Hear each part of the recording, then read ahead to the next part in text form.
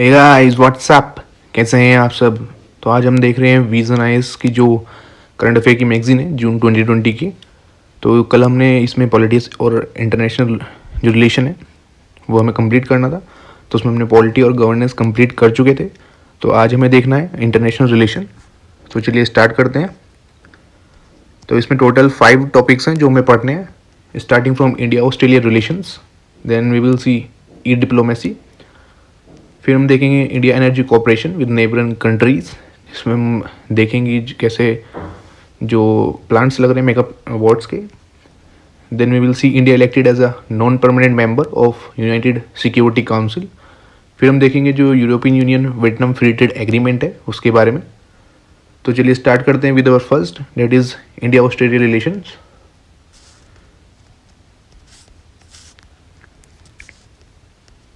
तो इसमें फर्स्ट है हमारे पास इंडिया ऑस्ट्रेलिया रिलेशंस। तो हुआ क्या, रिसेंटली एक वर्चुअल बायलैटरल समिट जो हेल्ड हुई है बिटवीन प्राइम मिनिस्टर इंडिया और ऑस्ट्रेलिया के। तो इसके आउटकम्स क्या हैं समिट के। तो पहले है कि जो बायलैटरल स्ट्रेटेजिक पार्टनरशिप थी वो एलिवेट हो चुकी है, मतलब एक लेवल ऊपर चली गई है, कॉम्प्रिहेंसिव स्ट्रेटेजिक पार्टनरशिप हो चुकी है। तो आपको समझना पड़ेगा दोनों में डिफरेंस क्या है। तो जब बायलैटरल होता है तो उसमें केवल जो ये सिक्योरिटी डिफेंस इनके रिगार्डिंग ही एक दूसरे से बात की जाती है, लेकिन जब कम्प्रिहेंसिव स्ट्रेटेजिक पार्टनरशिप की बात की जाती है तो उसमें सभी एंगल्स देखे जाते हैं रिगार्डिंग पीपल टू पीपल जो कनेक्शन होता है, इकोनॉमिक पॉलिटिकल सभी तरीके से। और जो 2+2 का एंगेजमेंट था उसे to the level of foreign और डिफेंस मिनिस्ट्री है, इसको एलिवेट कर दिया गया ऊपर। From strategic discussion will be taking place every 2 year. और India already such mechanism USA और जापान के साथ होल्ड करता है जो हमारा क्वाड है। और मेमोरेंडम ऑफ अंडरस्टैंडिंग भी इस फील्ड में माइनिंग और प्रोसेसिंग ऑफ क्रिटिकल और स्ट्रेटेजिक मिनरल में साइन किया गया है।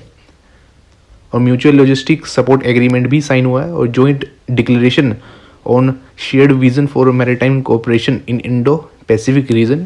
तो ये आउटकम रहे हैं समिट के। अब ओवरव्यू देख लेते हैं दोनों के रिलेशन में। तो पहले हम बैकग्राउंड देखेंगे। तो during the cold war period जो ऑस्ट्रेलिया था वो यूनाइटेड नेशन का क्लोजेस्ट एलाई था। और वाइल जो इंडिया ने नॉन अलाइनमेंट मूवमेंट में के लिए ऑप्ट किया था, कि उसमें इंडिया ने ऑप्ट किया था कि वो ना ही यूएस के साथ लगेगा ना ही सोवियत के साथ।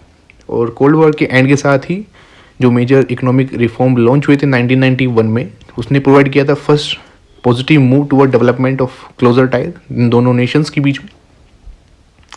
And this could not last long, ये ज़्यादा लंबे समय तक नहीं चल पाया बिकॉज जो इंडिया का न्यूक्लियर स्टेटस था outside the non proliferation treaty, इससे क्या हुआ जो ऑस्ट्रेलिया है उसने स्ट्रॉन्ग स्टेंसेस लिए इंडिया के एंगेज में इन 1998 न्यूक्लियर टेस्ट के दौरान। इन 21st सेंचुरी में ग्लोबल सिनेरियो के चेंज के साथ ही ऑस्ट्रेलिया का जो लुक है इंडिया में वो चेंज हो गया as an important partner in promoting regional security and stability. और इससे क्या हुआ कि अपग्रेडेशन हुआ बायलैटरल रिलेशनशिप का टू अ स्ट्रेटेजिक पार्टनरशिप। तो जैसे आपको ऊपर बताया कि जो एलिवेशन हुआ है, तो आप ध्यान रखेंगे बायलैटरल में क्या क्या होता है, कॉम्प्रिहेंसिव में क्या डिफरेंस होता है। नेक्स्ट है इकोनॉमिक और कमर्शियल रिलेशन की रिगार्डिंग कि इनमें क्या रहे हैं। तो आप जैसे भी आप आंसर राइटिंग में देखेंगे तो जिस भी पर्सपेक्टिव में देखेंगे तो GS1 GS2 GS3 तो उसकी तरफ से ही पूरा कंप्लीट किया जाएगा। तो हमने पहले हिस्टोरिकल बैकग्राउंड देखा तो जो हमारे GS1 में कवर हो जाता है, फिर पॉलिटिकल रूप से देखेंगे GS2 में, फिर इकोनॉमिक और सिक्योरिटी के रूप से देखेंगे जो GS3 का पार्ट होगा, और GS4 के रूप से भी कि पीपल टू पीपल क्या रहेगा। तो ऐसे ही पूरी तरीके से इसको ओवरऑल कवर किया जाता है। इकोनॉमिक और कमर्शियल रिलेशन में जो बायलैटरल गुड और सर्विसेज का ट्रेड है इन दोनों ही बीच में वो 30.3 बिलियन US$ है इन 2018-19।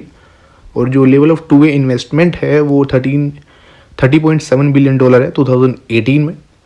और 2018 के अकॉर्डिंग जो ऑस्ट्रेलिया है उसने अनाउंस किया implementation in India economic strategy to 2035, एक विजन डॉक्यूमेंट है जो शेप किया इंडिया और यूएस का बायलैटरल टाइज को। इंडिया ने भी एक डॉक्यूमेंट रेडी किया है, Australia economic strategy paper on similar line.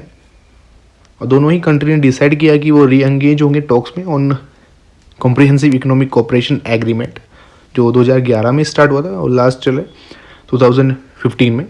अब ये जो एन इंडिया इकोनॉमिक स्ट्रेटजी है ये क्या है, तो ये 3 पिलर स्ट्रेटजी है जो फोकस करता है बिल्डिंग में एक sustainable long term economic strategy, और ये आइडेंटिफाई करता है 10 सेक्टर और 10 स्टेट को इंडियन मार्केट में, जहाँ पे जो ऑस्ट्रेलिया है उसकी कॉम्पिटिटिव एडवांटेज हो और ये अपने एफर्ट्स को फोकस कर सके।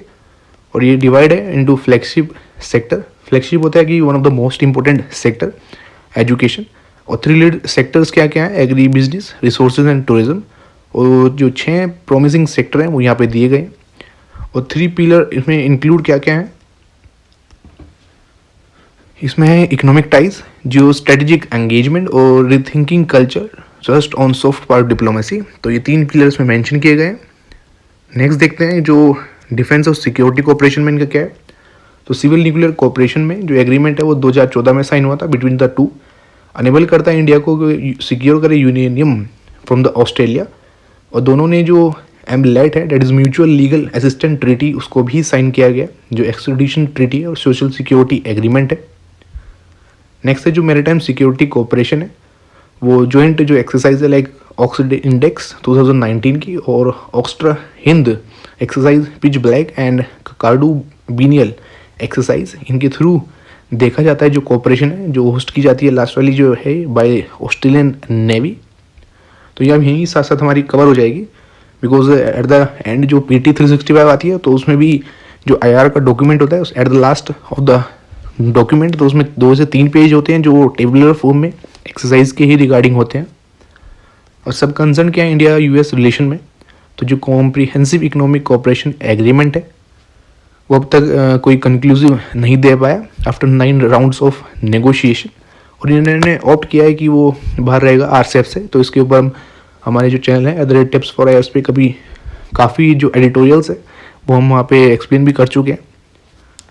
और ऑस्ट्रेलिया जो इकोनॉमी है हेवली डिपेंड करती है चाइना के ऊपर, विद चाइना बीइंग ऑस्ट्रेलिया का लार्जेस्ट ट्रेडिंग पार्टनर है, अकाउंट करता है 26% trade with the world.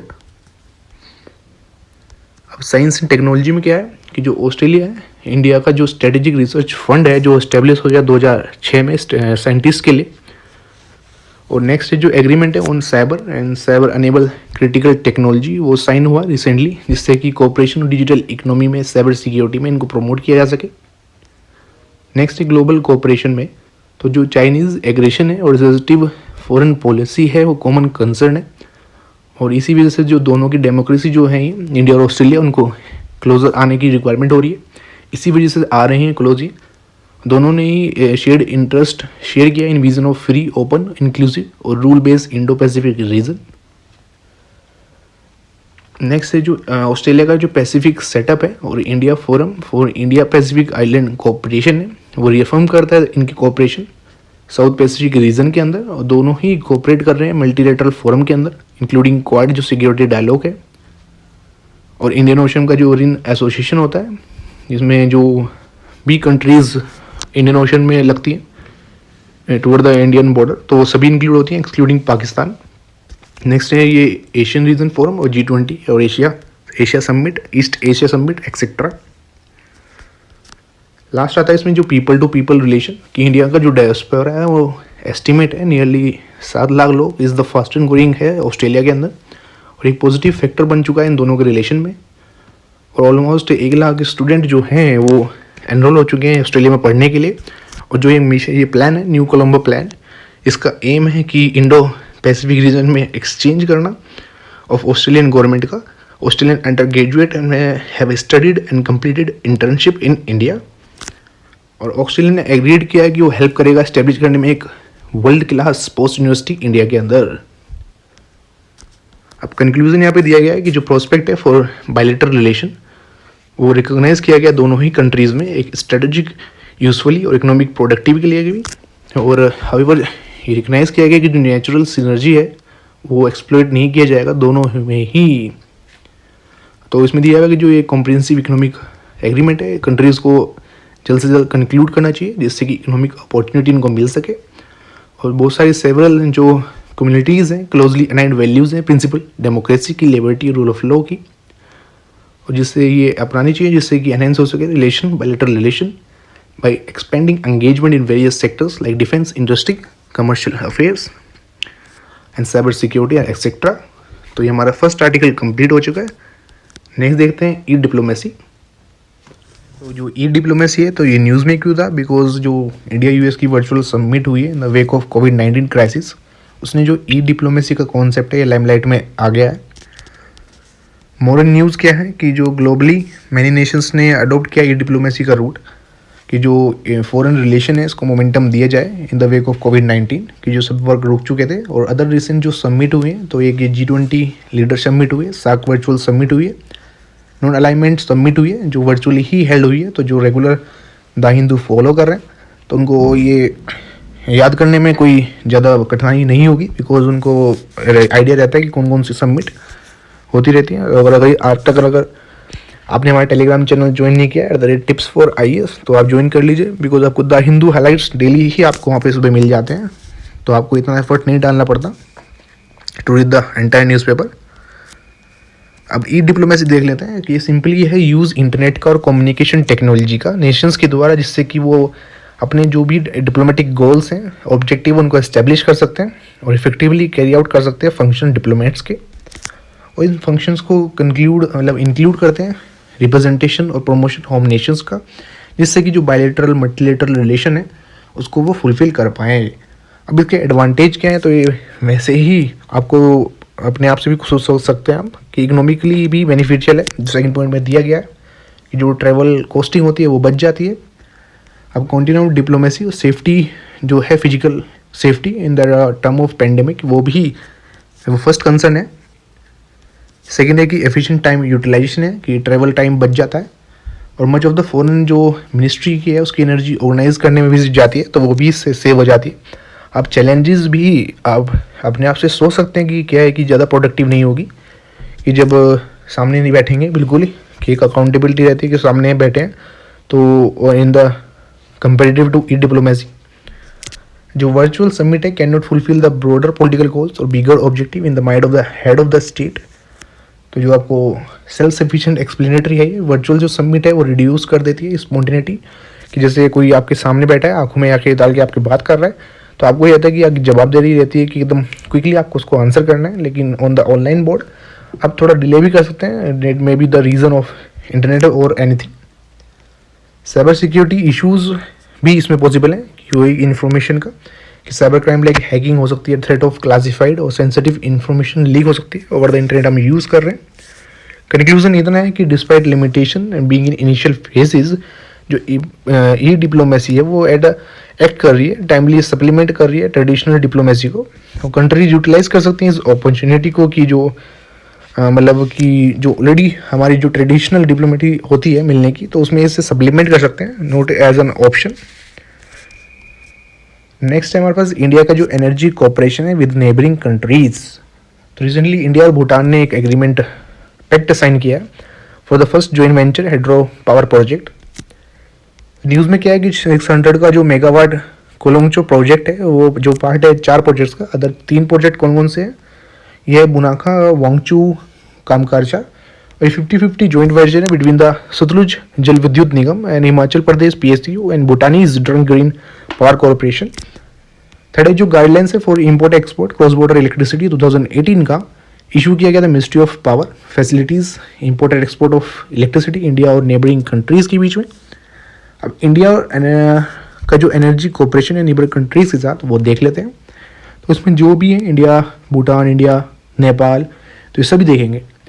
India Nepal में है कि दोनों ने जो कंट्री ने साइन किया है India Bhutan framework agreement hydro power development और ट्रेड में 2006 के अंदर, जिससे कि डेवलप किया जा सके 10,000 मेगावाट का हाइड्रो पावर 2020 तक।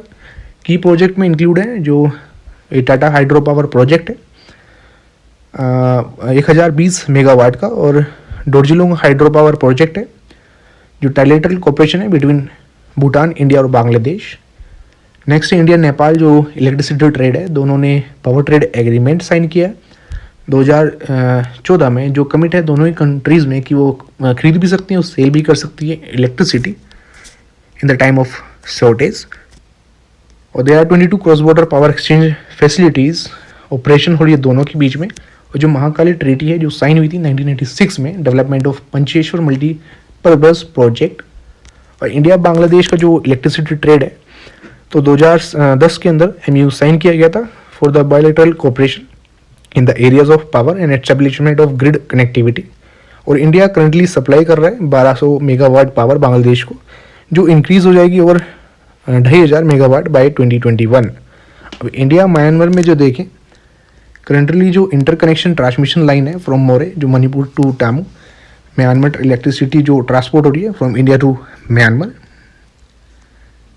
अब बेनिफिट देखेंगे उससे पहले जो बॉक्स में है वो देख लेते हैं, some successful regional energy cooperation agreement across the world. पहला है ग्रेटर मेकोंग सब रीजन, जिसमें Cambodia, China, Laos, Myanmar, Thailand, Vietnam आते हैं। उन्होंने एस्टेब्लिश्ड किया है सेविंग ऑफ 14.3 बिलियन डॉलर की due to the substitution of fossil fuel की। जैसे अपन अभी बेनिफिट में भी देखेंगे कि हाइड्रो पावर को यूज़ किया जा सकता है as a substitution of fossil fuel. Next है कि जो सदर्न अफ्रीकन पावर पूल है, इंटरनेशनल पावर पूल है 12 अफ्रीकन कंट्रीज़ का, जिसका एम है प्रोवाइड करना रिलायबल और economically electricity supply to the consumer इस रीजन के अंदर। थर्ड है Nordic pool is world first international exchange for power trading. अब इसके ही यहाँ पे अब जैसे हम बन रहा है कि one sun one world one grid का ये प्रोजेक्ट है। एक और मैं एक्स्ट्रा आपको इन्फॉर्मेशन दे रहा हूँ, जो अभी आगे की जो विजन की करंट बढ़ेंगे इन द मंथ ऑफ सितंबर वो आएगा। अब इसकी बेनिफिट क्या है एनर्जी कोऑपरेशन नेबरिंग कंट्रीज़ के साथ, कि हाइड्रो पावर जो पोटेंशियल है अनटैप्ड वो उसको यूटिलाइज हो सकेगा। सेकेंड है कि इफेक्टिव यूज़ सीजनल कॉम्प्लीमेंट्रीज का, कि जो दूसरे जगह पे अगर कोई सीज़न की प्रॉब्लम की वजह से ड्राई रहता है तो वहाँ पे अगर इलेक्ट्रिसिटी नहीं होती तो जो दूसरा रीज़न है जैसे इंडिया और नेपाल तो वो सप्लीमेंट कर सकते हैं। जैसे हमने वहाँ पर पढ़ा था, they can buy and sell in the times of shortages. तो आपको इतना ही कि आपको जो ये बेनिफिट है, तो जैसे आप हब एंड स्पोक डायग्राम भी अपने मेंस में बना सकते हैं। बेनिफिट लिख के आप ये सब हाईलाइट जो पॉइंट है ये लिख सकते हैं। बस आपको अंदर के मीनिंग इनको अंडरस्टैंड समझ में आनी चाहिए, so that you can write them in your own language, because if you are going to cram them then it's going to be a headache in your mind for sure. तो next इसमें reduce dependency on fossil fuel, जो already आपको मैं explain कर रहा था कि potential जो हाइड्रो पावर का फॉसिल फ्यूल पे जो डिपेंडेंसी है उसको रिड्यूस करेगा। और ये एस्टिमेट है कि जो इंडिया ने रिड्यूस करेगा 35,000 मेगावाट का coal fire power plant construction during 2015 to 2040 period में वो रिड्यूस कर लेगा, अगर जो पोटेंशियल है फॉर क्रॉस बॉर्डर इलेक्ट्रिसिटी उसे इफेक्टिवली यूज़ किया जाए। एनवायरनमेंट को तो बेनिफिट है ही, ये एस्टिमेट किया जाए कि इंडिया रिड्यूस कर सकता है 6.5% of power sector of CO2 emission during 2015 to 2040 period, अगर क्रॉस बॉर्डर जो इलेक्ट्रिसिटी ट्रेड है उसको इफेक्टिवली एक्सप्लॉइटेड किया जाए। इन्वेस्टमेंट अपॉर्चुनिटी क्रिएट करता है कि जैसे फर्स्ट थिंग गवर्नमेंट अगर इन्वेस्ट कर रही है तो प्राइवेट सेक्टर उस पर ट्रस्ट बन जाता है। इकोनॉमिक और फाइनेंशियल गेन्स भी होते हैं कि जो प्रोवाइड करता है एक स्टेबल इलेक्ट्रिसिटी सप्लाई अगर क्रॉस बॉर्डर में, तो इससे क्या होता है कि इंडस्ट्री उस ज़्यादा ट्रस्टवर्दी हो जाती है, तो वो ज़्यादा सेटअप होती है। इकोनॉमिक ऑफ स्केल क्या होता है कि जैसे जैसे बिजनेस बढ़ता है तो जो ऊपर प्रोडक्ट जो कॉस्ट होती है उस सामान की वो कम हो जाती है, that is economic of scale. तो रीजनल जो अप्रोच है उससे क्या होगा कि जो इलेक्ट्रिसिटी जनरेशन की कॉस्ट है वो कम हो जाएगी, तो कंज्यूमर तक भी वो पर यूनिट कम पहुंच पाएगी। अब बायलैटरल इनिशिएटिव क्या है in South Asia for energy cooperation, तो पहला है कि जो साउथ एशिया रीजनल इनिशिएटिव है फॉर एनर्जी इंटीग्रेशन, जिसे सारी बोलते हैं, वो लॉन्च हुआ 2000 में to promote energy security through increase trade investment and access to clean sources of power and fuel. और ये कवर करता है 8 कंट्रीज़ को, जिसमें अफगानिस्तान, बांग्लादेश, भूटान, इंडिया है, मालदीव्स, नेपाल, पाकिस्तान एंड श्रीलंका। नेक्स्ट है इसमें shark framework agreement for energy cooperation electricity, जो साइन किया गया सभी मेंबर्स के स्टेट के द्वारा शार्क के 2014 में, जिससे कि फैसिलिटेट किया जा सके integrated operation of regional grid across shark. Next है ससेक, दैट इज साउथ एशियन सब रीजनल इकोनॉमिक कोऑपरेशन, जो ऑपरेशनल प्लान है 2016 से लेकर 2025 तक, जो आइडेंटिफाई करता है एनर्जी को as one of the 4 priority sector for partnership among SASEC member, जिसमें इंक्लूड है Bangladesh, Bhutan, India, Maldives, Myanmar, Nepal and Sri Lanka. अब चैलेंजेस इसमें दिए गए हैं कि पॉलिसी चैलेंजेस है, इंफ्रास्ट्रक्चर है कि वही कि ये जो इंफ्रास्ट्रक्चर ढंग से कर पाएंगे नहीं, कि जो पूरी लाइन बिछाने वाली बात होती है। पॉलिटिकल चैलेंज है कि नेशनल सिक्योरिटी को देखते हुए। इन्वेस्टमेंट चैलेंजेस है, तो आपको इसमें एक बार बस जो उसकी मेन हाईलाइटेड हेडिंग है इनको ध्यान देना है। No to waste your time. Way forward इसमें दिया गया कि harmonious policy framework, cross border steering committee और इंडिपेंडेंट मल्टीलेटरल रीजनल बॉडीज़ को सेटअप करने की रिक्वायरमेंट है, और जो एक्सप्लोर करने के लिए hydro power potential in region of private investment वो प्रमोट होगा, उससे FDI फॉरेन डायरेक्ट इन्वेस्टमेंट। तो ये सभी ये बोल बच्चन यहाँ पे दिया गया है। तो नेक्स्ट देखते हैं, इंडिया इलेक्ट हुआ as a non permanent member of UN security council. तो न्यूज़ में क्यों है, बिकॉज इंडिया इलेक्ट हो चुका है as a non permanent member of UN security council for 2 year, जो कि 1 जनवरी से स्टार्ट होगा। तो यहाँ पे दिया गया है यूएन सिक्योरिटी मेंबर्स। तो इसमें जो 5 परमानेंट मेंबर है जिनके पास वीटो पावर है वो है US, China, UK, Russia and France. Other 10 non permanent member जिनके पास वीटो नहीं है वो दिए गए हैं Africa, Asia, Latin America, Caribbean, west Europe, eastern Europe, China, France, Russia, USA and UK। They are the permanent members. Each year जो general assembly होती है वो इलेक्ट करती है 5 नॉन परमानेंट मेंबर्स को 2 साल के लिए बाई 2/3 मेजोरिटी। और एक जो रिटायर्ड मेंबर होता है वो एलिजिबल नहीं होता इमीडिएट री इलेक्शन के लिए। जो इलेक्शन है सीक्रेट बैलेट से होते हैं, कोई भी नॉमिनेशन नहीं होता, वेरी इंपॉर्टेंट। जो 10 नॉन परमानेंट सीट होती हैं वो रीजनल बेसिस पे डिस्ट्रीब्यूट होती हैं, 5 अफ्रीकन से, एक एशियन स्टेट से, एक from east European state, 2 from Latin American state, 2 from western Europe and other states. तो जो 2 साल का टर्म है इंडिया का वो बिगिन होगा फ्रॉम 1 जनवरी 2021, और इंडिया 8th टर्म है उसकी as a non permanent member. पहले भी प्रीवियसली इंडिया 1950 में हुआ था, तो ऐसे ऐसे ये बनता है अलोंग विद इंडिया। जो आयरलैंड, मैक्सिको और नॉर्वे हैं वो भी सिक्योरिटी काउंसिल में जीते हैं एज अ नॉन परमानेंट जो मेंबरशिप है। अब इंडिया की प्रायोरिटी क्या है सर, इसने as a non permanent member, तो जो इलेक्शन कैंपेन था तो उसमें मिनिस्ट्री ऑफ एक्सटर्नल अफेयर ने एक ब्रोचर दिया था। तो जो 5 प्रायोरिटी हैं, तो एज अ थीम क्या थी, नॉर्म्स था। Norms is new orientation for a reformed multilateral system. तो N is for new opportunity for progress as a rule abiding democracy और एक positive contributor to the security of the global commons. India work करेगा constructively with partners जिससे कि वो innovation को ला सके, inclusive solution दे सके to increase the development, greater involvement of women का, यूथ का, for a coherent, pragmatic, nimble and effective platform जिससे कि सस्टेनेबल पीस हो चुके ग्लोबली। ध्यान रखेंगे, न्यू अपॉर्चुनिटी फॉर प्रोग्रेस। तो अब कॉमन अंडरस्टैंडिंग करेंगे। प्रोग्रेस का मतलब जब भी आएगा तो कुछ इनोवेशन की रिगार्डिंग आएगा, यूथ का पार्टिसिपेशन आएगा, वुमेन का पार्टिसिपेशन आएगा। तो इसमें हम फ्यूचर की बात कर रहे हैं, प्रोग्रेस की बात कर रहे हैं, तो सस्टेनेबल भी आएगा, no need to cram. Next है an efficient response to international terrorism. तो जो रिजल्ट ओरिएंटेड एक्शन लेगा जो इंडिया है और एड्रेस करेगा the abuse of ICT by terrorist और disrupting their nexus with sponsor. कि ये जो नेक्स्ट है इसमें हमारा वो है रिगार्डिंग द टेरर के अगेंस्ट में जो भी एक्शन होगा। रिफॉर्म करेगा मल्टीलेटरल सिस्टम को, कि जो इन एडुकेसी है कोई भी अगर गैप्स हैं उनको फुलफिल करेगा रिगार्डिंग एग्जिस्टिंग मल्टीलेटरल इंस्टीट्यूशन। कि जो पोस्ट कोविड-19 एरा होगा उसमें रिफॉर्म किए जाएंगे मल्टीलेटरलिज्म को। और जो फर्स्ट और वाइटल स्टेप होगा इसमें is the reform of security council. It must reflect contemporary realities to be more effective. जो एट प्रेजेंट रियलिटीज चल रही है उनको बहुत ज़्यादा इफेक्टिवली बताया जाएगा। एक कंप्रिहेंसिव अप्रोच दी जाएगी इंटरनेशनल पीस और सिक्योरिटी में, कि केवल ये नहीं है कि कुछ एरियाज में लाइक डिफेंस सिक्योरिटी में डील किया जाएगा, it covered the entirely whole area.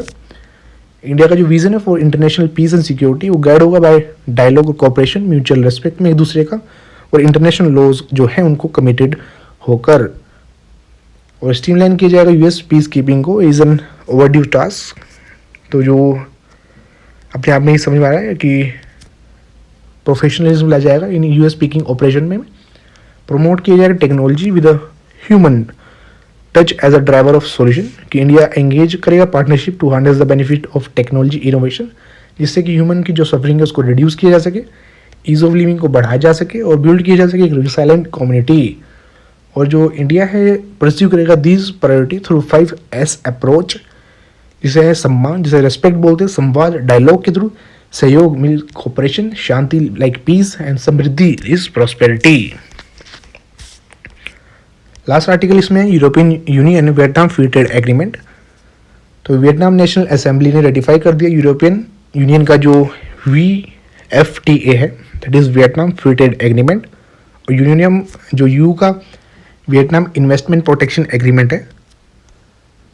तो ये जो सेकंड FTA है जो हमारा ये European Vietnam free trade agreement है between EU and Asian country after Singapore, और ये एबोलिश कर देगा 99% कस्टम ड्यूटीज़, एलिमिनेट कर देगा bureaucratic hurdles by aligning regulatory standard for goods like car and medicine, और ईजी एक्सेस करेगा market between the both European and Vietnam companies. और ये फर्स्ट FTA है जो साइन हुआ है आफ्टर द आउटब्रेक ऑफ कोविड-19 पेंडेमिक।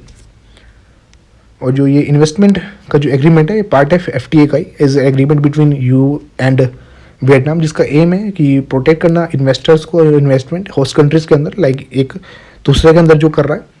और मैनी सेगमेंट में जो इंडिया है वो क्लोजली कम्पीट कर रहा है विद वियतनाम। सिंस वियतनाम ने साइन किया FTA, तो इंडिया जो है उसे फेस करने पड़ेंगे मेजर इम्पैक्ट इन दो segment over a period of time. तो इंडिया के ऊपर इम्पैक्ट क्या पड़ेगा, that is the most important thing for us and for our exam. Impact होगा डोमेस्टिक जो इंडस्ट्री है मैनी सेक्टर में, फॉर एग्जांपल अप्रैल जो सेक्टर होता है जो कपड़ों का, इंडियन को जरूरत होगी कि वो पे करेगा 9% इन द EU, वाइल जो वियतनाम है उसे कोई भी ड्यूटी पे करने की रिक्वायरमेंट नहीं होगी। सिमिलरली इम्पैक्ट सीन होगा सेक्टर में फुटवेयर और शिपिंग में भी, कि सिमिलर है कि जब 9% पे करेगा तो इंडिया के जो प्रोडक्ट होंगे उनके प्राइस बढ़ जाएंगे, तो उनकी सेल कम होगी इन कंपेरिजन टू वियतनाम। तो ये एक्सपोर्ट भी इसका बहुत ज़्यादा है, हमने जो इंडियन एक्सप्रेस का एडिटोरियल वहाँ पे भी डिस्कस किया गया था, और एक्सपोर्ट का इंडेक्स है वो भी हमने देखा था। नेक्स्ट है शिफ्ट इन इन्वेस्टमेंट, कि जो वियतनाम है एज अ प्रीफर्ड डेस्टिनेशन होगा मैनी फॉरेन कंट्रीज़ का, बिकॉज ऑफ दिस जो इन्वेस्ट करना चाहते हैं एशिया में due to low labour cost. और अकॉर्डिंग टू रिसेंट रिपोर्ट जो जापानीज इन्वेस्टमेंट बैंक ने दी है, after 56 companies that reallocate out of the China between 2018 to 2019, तो जो चाइना में से गई है तो उनमें से जो 26 हैं उन्होंने डिसाइड किया नया बेस वियतनाम को बनाने में, और इस एग्रीमेंट की वजह से वियतनाम अट्रैक्ट करेगा और ज़्यादा investment moving out of China. Coupling with other FTA, तो जो यूरोपियन प्रोड्यूसर हैं वो इन्वेस्ट करेंगे वियतनाम में भी, and from there they can explore further into other market in Asia Pacific including market like China, because जो China और Vietnam है वो भी मेजर पार्ट है FTA के थ्रू फोर्थकमिंग जो RCEP है, रीजनल कॉम्प्रिहेंसिव इकोनॉमिक पार्टनरशिप से, कि लाइक जो EU है वो थ्रू वियतनाम और Vietnam through China through RCEP। Way forward इसमें है कि जो इंडिया और EU का FTA है, India can nullify this advantages by concluding its own FTA stalled with SU since 2005। अब जो फ्री ट्रेड एग्रीमेंट है may be the next big leap after 1981 liberalisation policy that India needs to hurtle toward its target of becoming a 5 trillion economy, कि India को भी ये conclude करना चाहिए for its target to 5 trillion economy. तो उसी से जो है कि ये इन्वेस्टमेंट का जो प्रोसीजर है वो बढ़ेगा।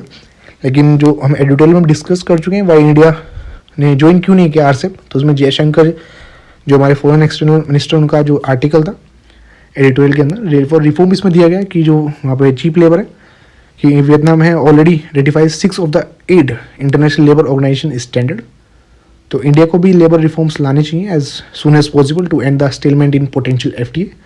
क्वालिटी स्टैंडर्ड को भी देखना चाहिए। नेक्स्ट है commodity specific agreement in the long term, जो कमोडिटी फोकस ट्रेड एग्रीमेंट है can be a solution where in post facto analysis must be done to analyse whether जो FTA है both the anticipated effect on the export of said community और not, कि वो ये कि इसमें long term में किसी पर्टिकुलर जो कमोडिटी है उसके रिगार्डिंग देखना पड़ेगा कि लॉन्ग टर्म में बेनिफिशियल है या नहीं है, not in the short term. तो ये वे फॉरवर्ड दिया गया, वो हमारे लिए इंपॉर्टेंट इतना है कि जो एग्रीमेंट हुई है कंट्रीज़ के बीच में उस पर इम्पैक्ट इंडिया पे क्या पड़ेगा, और जो वे फॉरवर्ड है डेट ऑल्सो वो हमारा फ्यूचरिस्टिक होना चाहिए, तो वो हम एज अपने अकॉर्डिंग एक बार रीडिंग लेके हम लिख सकते हैं। तो गाइस इसी के साथ हमारा जो IR पार्ट है कंप्लीट हो चुका है फ्रॉम द विजन। तो कल हम देखेंगे इसमें इकोनॉमी का सेक्शन जो मोनेटाइजेशन ऑफ डेफिसिट से स्टार्ट होता है। तो मिलते हैं कल। तो अगर आपको वीडियो पसंद आई just hit the like button and subscribe to our channel. कोई भी डाउट हो just put in the comment section. जय हिंद, थैंक यू।